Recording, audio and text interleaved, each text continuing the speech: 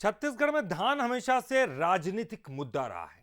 सरकार ने 14 नवंबर से धान खरीदी का ऐलान कर दिया, जिसे लेकर कांग्रेस सवाल खड़े कर रही है तो बीजेपी के अपने तर्क है। तो आखिर प्रदेश में फिर क्यों मचा है बोरा भर धान पर यह सियासी घमासान? छत्तीसगढ़ में धान सत्ता तक पहुंचती है तो उतार भी देती है।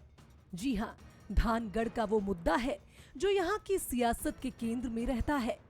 प्रदेश में एक बार फिर धान खरीदी शुरू होने जा रही है। साय सरकार ने इस बार 160 लाख मीट्रिक टन धान खरीदी का लक्ष्य रखा है। बोगस धान खरीदी रोकने के लिए इस बार सरकार ने पूरी तैयारी कर रखी है। 14 नवंबर से 31 जनवरी 2025 तक होगी धान की खरीदी।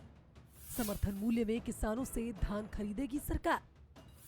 कृषि विभाग ने धान खरीदी के लिए बनाया पोर्टल। एकीकृत किसान पोर्टल में किसान करा चुके हैं रजिस्ट्रेशन। समर्थन मूल्य पर धान खरीदी के लिए बायोमेट्रिक की व्यवस्था। छोटे किसानों को 2 तो बड़े किसानों को मिलेंगे 3 टोकन। 25 लाख से ज्यादा किसानों से 3100 रुपए में होगी खरीदी। 32.5 लाख हेक्टेयर रकबा धान खरीदी में होगा शामिल। काला बाजारी रोकने सरकार ने बढ़ाई चौकसी। कृषि मंत्री रामविचार नेताम ने कहा कि इस बार प्रदेश में बम्पर पैदावार हुई तो बम्पर खरीदी भी होगी। छत्तीसगढ़ में धान की बम्पर पैदावार हुई है तो मैं समझता हूं कि खरीदी भी इस बार पहले से कहीं ज़्यादा होने की संभावना है और इसकी तैयारी सरकार की ओर से नीचे स्तर तक सभी की जा रही है। सरकार की तैयारियों के बीच कांग्रेस ने किसानों के साथ सौतेला व्यवहार करने का आरोप लगाया। कांग्रेस का आरोप है कि ना तो खरीदी केंद्र बढ़ाए गए, ना ही केंद्रों की सुविधाएं बढ़ाई गई।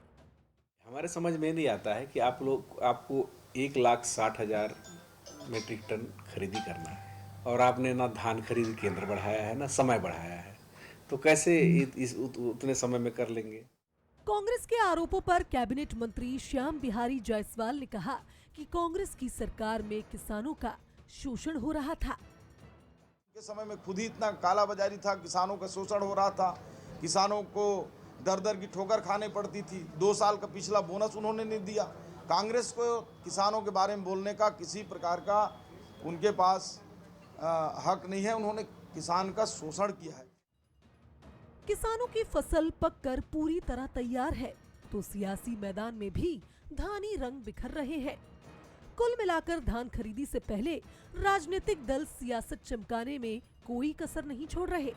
इसका कितना फायदा किसानों को होगा, वक्त का कांटा तय करेगा। गौरव शुक्ला, बंसल न्यूज, रायपुर।